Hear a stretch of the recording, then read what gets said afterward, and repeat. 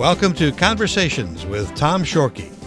Conversations explores the past, the present, and the future of the communities in which we live through the eyes of interesting individuals. Now let's join our host, Tom Shorkey. Welcome to Conversations. I'm your host for today's program, Tom Shorkey. With us, a special guest from the city of St. Clair. And for our audience at home, if you ever watched the movie Moneyball, starred Brad Pitt, and it was about how the Oakland Athletics embraced technology to decide who they were going to have on their baseball team and who they weren't. And I think the old school manager got fired in the process and whatever, but a lot of people said technology doesn't really have a place in baseball. Well, our guest today is going to give you more than you ever thought you wanted to know about how technology has embraced or invaded the National Football League. Our guest today, John Bacon. Welcome to the show, John. Thank you, Tom. I appreciate being here. John, we're going to talk technology, we're going to talk National Football League, and a whole lot of other things. But first of all, let's touch a few bases. Sure. St. Clair High grad. Yes, proud graduate of St. Clair High, class of 86. Class of 86. I think your wife was a St. Clair High grad? Also class of 86. That's Great. correct, yeah. And somewhere between the class of 86, you determined that when you got out of school, you were headed to Chicago to go to college. What was that all about? That's correct. Yeah, I had a few classes up at St. Clair County Community College. Also during that time had an opportunity to work for a small firm and gain some experience in the business world, and ultimately knew I wanted to pursue my four-year degree and settled on Loyola University. They had quite an investment in their business program at the time, so ended up at their Water Tower campus right downtown and graduated with my bachelor's in business administration focused in marketing. Okay, and now we are so involved with technology in our entire environment here in 2019, but in 1990 that wasn't the case. So I'm sure your first job was maybe a little more traditional? It was. I had worked for a company called Harris Bank at the time in their credit card center, supporting their customer service department. So, customers had issues with their credit card statements or their balances, things like that. We worked with them closely. Had a little bit to do with technology, but more on the customer side. And I knew that was a bit of a balance between my experience in sales and marketing that I had had previously, and leading a little bit more towards the business side that I wanted to in terms of technology. So that I worked for that company about a year after I graduated Loyola.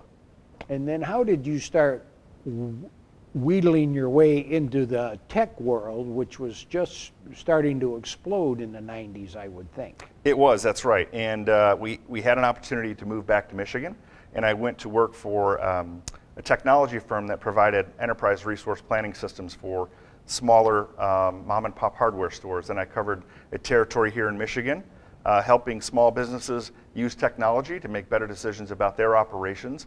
And that was probably the biggest leap from that more kind of traditional customer service side into a more a higher technology element.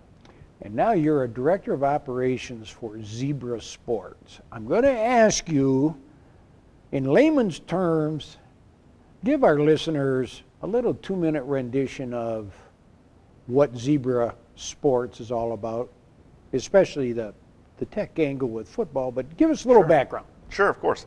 So the NFL had been searching for technology to generate new and interesting statistics on their players, on their game, and came to Zebra looking to utilize some of the technology that we had employed at other clients to, like Ford Motor Company, for example, to track where their F-150s might be. We use a localized positioning system to determine where that asset might be. And we implemented that for the NFL and for their player tracking system. They brand it as Next Gen Stats. So the operations piece of that is responsible for producing a game. Not quite like how you may produce a piece here or the broadcast may produce a game for the consumers at home, but to ultimately run that game, the player tracking piece of it, as well as all of the interesting events that go along with that, and deliver that on game day.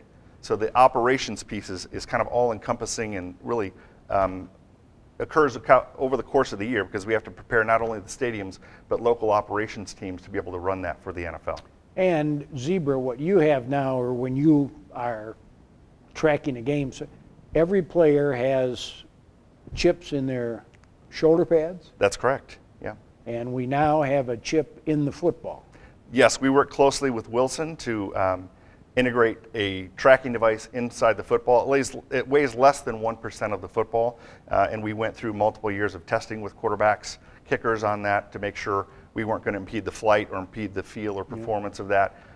So it's been pretty exciting. The NFL doesn't make many changes, especially to the football. Yeah. So that was an exciting milestone for us. And my research says that they place that chip underneath the NFL emblem right in the middle of the football so it wouldn't have any wobble effect. That's true. Yeah, it's opposite the fill valve. So they worked quite extensively to understand where the best placement was, both for understanding the best readability as well as not impacting the flight of it whatsoever. I can understand a chip in a football. It's going to tell you how fast the football's traveling, what direction, what the arc, etc. What do the chips in the shoulder pads tell you? Sure. The baseline information that they provide is position. But from that position, we can derive quite a bit of information, because each tag transmits at 12 times per second. We have multiple tags on the player. That's quite a bit of data to understand where that person is.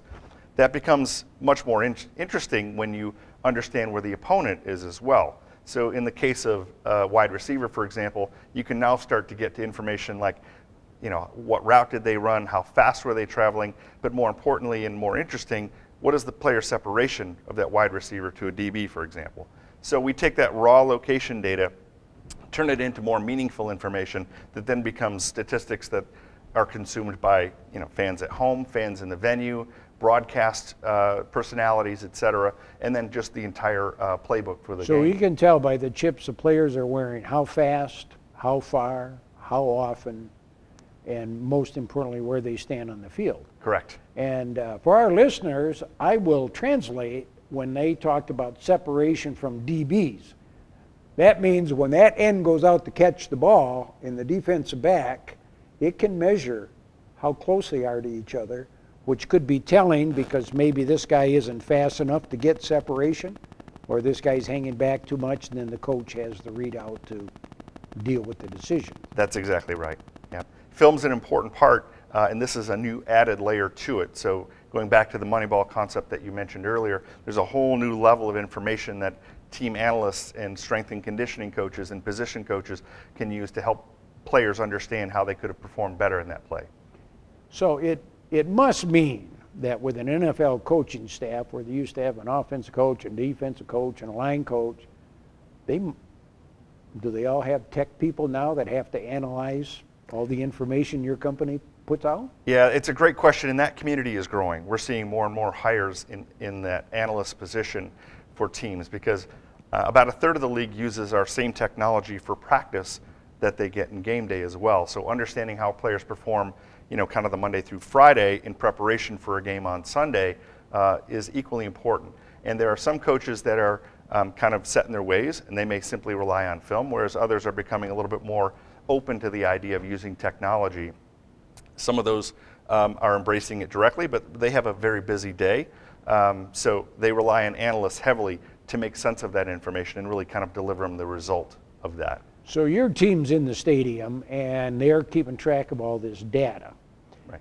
Now, I don't think it's, I think what happens, you told me, is the day after the game, both teams will get the readout of all this information. Right. But there is also a chance that there could be game time, during the game, decisions made based on the information? Yes, the game time information is more so available to the broadcast resources. So for example, an analyst calling at the booth may use the information they're seeing on the field or what may have happened in a play to tell more interesting stories on air for the fans at home.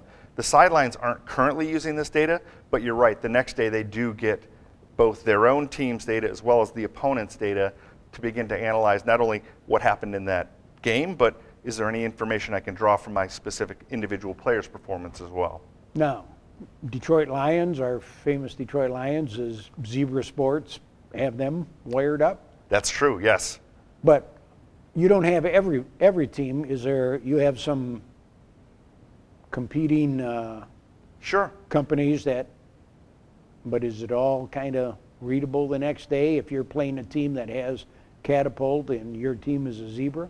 Yeah, great question. So Zebra is the official on-field player tracking provider for the NFL. So in game day, it's our Zebra system that delivers that information. There are teams that will leverage a GPS-based technology during their practice, and it does give them some basic information about how their players may practice or perform during a practice session.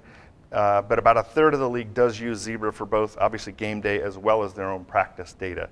So there are some other competing technologies out there that provide similar types of information.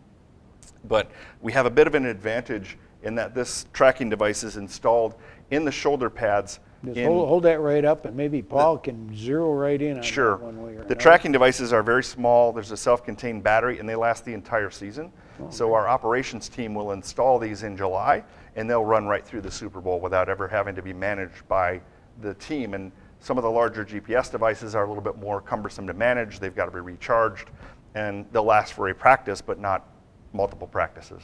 So mainly this information gets used by the teams, their coaching staffs, and the NFL to, check all these speeds, where the offense players are, where the defensive players are.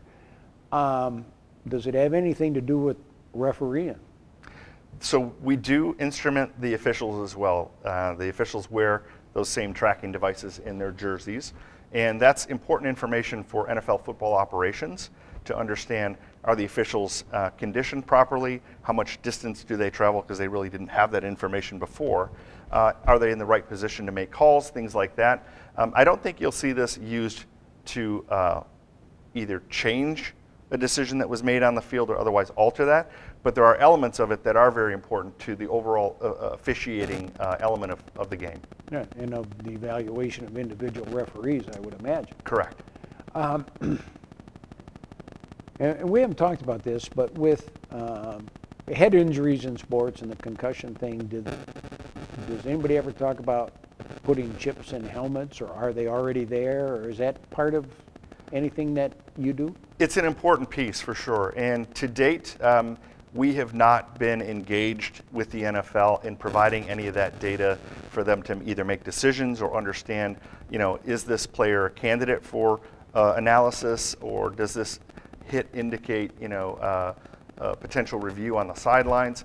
There are a lot of intelligent people looking at that, and a lot of different things being evaluated for what the right tools are for that.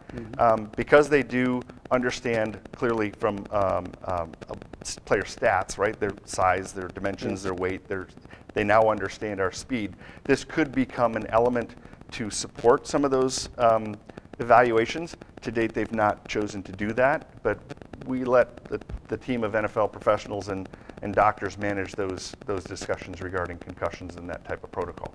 Any college football player that wants to be part of the NFL gets evaluated, sliced, diced at a thing they call the combine, where they go in and every team is there to measure these guys. How tall is the Oklahoma quarterback? Is he 5'10" or 5'9", kind of a thing? Does Zebra Sports get involved in those evaluations in that combine and have anything to do with draft day? Yeah, so we have participated in the combine in previous years. We have not participated there. What we did find, and you're right, it's an important event. What we did find is there's a game called the Senior Bowl, the Reese's Senior Bowl, where seniors will be invited to play in this game. It's treated much more like an NFL game. There's NFL coaching, there's NFL kind of equipment staffs, and we do operate that game in Mobile, Alabama, and we've operated that for the past 3 seasons, I believe. But at the combine, I think one of the most important skills there, right, is the straight up 40. Yeah. And you'll see, it's interesting, you'll see coaches straight up 40 is 40-yard dash for That's those right. listening at home. That's right. So, you'll see a row of coaches sitting right at that 40-yard mark, and every one of them is going to have their stopwatch ready. And what we found is our data is very comparable to that stopwatch, and it's a bit of a task outfitting the official, or rather the athletes, with tracking devices, because they're not wearing any equipment at that point. When we did do it, we would just apply a tag much like we do for practice, which is just on their jerseys. Okay. Yeah. Now, my understanding, the NFL is doing a lot of this to bring more information to the fan, and through the announcers at the game, or anybody who wants to delve into, what you call them, Gen Stats, or? Next Gen Stats. Next Gen Stats. But when there's knowledge and information available, I think one of the hottest things going in the country is fantasy football. Do people who play fantasy football have the opportunity to see this information? They do, absolutely, and I think you're going to continue to see that grow, and the NFL is going to continue to look for interesting storylines and statistics to be able to feed the fans, right? So it's a tremendous consumer of the information. We brand it as Zebra's player tracking system. The NFL brands it as their next gen stats. We kind of take the raw data and turn it into the metrics that those fantasy football fans can consume through the NFL. Now, if the knowledge is out there and the fantasy guys have it, and the referees are being checked, and we'll know who's getting separation in the defensive backfield, gambling has become such a big part now of life in America, and sports betting has been okayed in numerous states. Does this give the bookies more information to deal with? Well, you can't deny that it does. The NFL owns all of the tracking data and the release of that through some of their business partners, and I think it's not hard to see that as a next step. That obviously is a big part of sports business, and I don't think that can be ignored. They genuinely set out to try to understand player performance and player metrics, and feed this information to a number of consumers, whether it's the fan in the stadium, the fan at home, fantasy football players, just the long-term historical records of the game. There's a tremendous set of historical records on every NFL game, going back as far as you can imagine. It's only logical, I think, that's a market that is probably next. All right. How about game day? Let's say it's September the 10th, and the Lions have a home game. Where's John Bacon on game day? Well, if it's September, I'm probably in a stadium somewhere. So the better part of June, July, we prepare the stadiums, make sure the systems are tuned properly. Leading up to game day, early in the season, we work closely with our game day operators. We have seasonal operators that are in their home NFL city, and they operate the game for us. So we're out meeting with them and working with them on game day. So we arrive at the stadium 5 hours ahead of kickoff, making sure we tour the locker rooms. All of the tracking devices are properly activated and associated with the right players. And then throughout the course of that game, we'll add contextual information to the tracking data. So players on the field, he's just tracking as you would expect, but we add contextual information, things like what's happening during the play. So we'll record huddle start, huddle stop. Maybe the line is set, the ball has snapped, it's a pass play, and when was the pass caught? Was it a touchdown? So we'll add to that motion data the contextual information, which makes it more meaningful for the consumers. Wow, and we used to think just go out in the backyard, throw the ball around, and tackle your buddy. That's true. The first time I told an official I had to activate the football, they looked at me a little sideways. Yeah, I'll bet they did. Why are you living in St. Clair? Grew up here. My home and much of my family is here. It's a great thing to be able to have my kids be close to their cousins and tight-knit community. Always loved being close to the water as well. So, with Metro Airport being not far away, I can travel to where I need to travel to, and yet still get to live in my hometown. Where is Zebra Sports located corporately? So, our corporate headquarters is in Lincolnshire, Illinois. We have globally about 7,500 employees. In total, we're about a $4 billion publicly traded company. So our Zebra Sports main headquarters is in San Jose. That's where our command center is, where we monitor all of the games and the game delivery on any game day. Well, who's been influential to John Bacon in your life? Wow, that is. I've had two people I'll speak to. My brother Tom's been a tremendous influence to me, helped me get started here on this technology journey, and worked closely with him when WearNet was a little startup company that was acquired by Zebra. He's always been influential. I'm going to dig way back now. When I was a young man caddying at the St. Clair Country Club, Frank Costello, the pro at the time there, he continues to be, I think, a tremendous role model for people, and always respect what he does and the work ethic that I learned working closely with him at a young age. A couple good guys. Your brother Tom, is his operation still in the mall in St. Clair? It is. Their tow book company, as well as their Nutshell store company, is based right here in St. Clair as well. We did have Nutshell Stores on, which was your sister-in-law Gwen and her partner. And I do want to get Tom Bacon on, because Tow Book is a pretty fantastic story in its own right. But you were class 86. Was Tom a little before you? Or yeah, class of 82, St. Clair He was 82, grad, yeah. Okay. 82 and 86, and I don't think a computer existed at St. Clair High at that time. We used to have career days, and all you folks are doing things that weren't even invented then. So if St. Clair High asked you to come back and talk to the junior or senior class about careers, what would you tell them? I think keep your eyes wide open, because back then, clearly, I would never have imagined this as my tremendous opportunity, not only involved in technology, but the great people I get to work with around the country. 120 people on my team when the season's up and running, and it's just, I meet so many great people. But I would say keep your eyes wide open, and take a chance now and then. Calculated risk is a good thing, but I think that's probably the biggest words of advice I could offer. Well, thanks, and appreciate that, John. For our listeners at home, it was 40, 50 years ago in St. Clair, and maybe you worked at the Diamond Crystal, or maybe you worked for the Edison, or one of the local car plants. I think it's interesting through this show where we find people who grew up in our community have fabulously interesting professions that weren't really even on the radar 10 or 15 years ago. On behalf of Cable Channel 6, Paul Dingeman, and myself, Tom Shorkey, I'd like to thank John Bacon for being a very informative guest today on Conversations. Thanks, John. Thank you, Tom. Appreciate it. You've been watching Conversations with Tom Shorkey. Conversations explores the past, the present, and the future of the communities in which we live through the eyes of interesting individuals. If you have an idea for a future conversation, please contact us at www.watchctv.org. Thanks for watching Conversations with Tom Shorkey.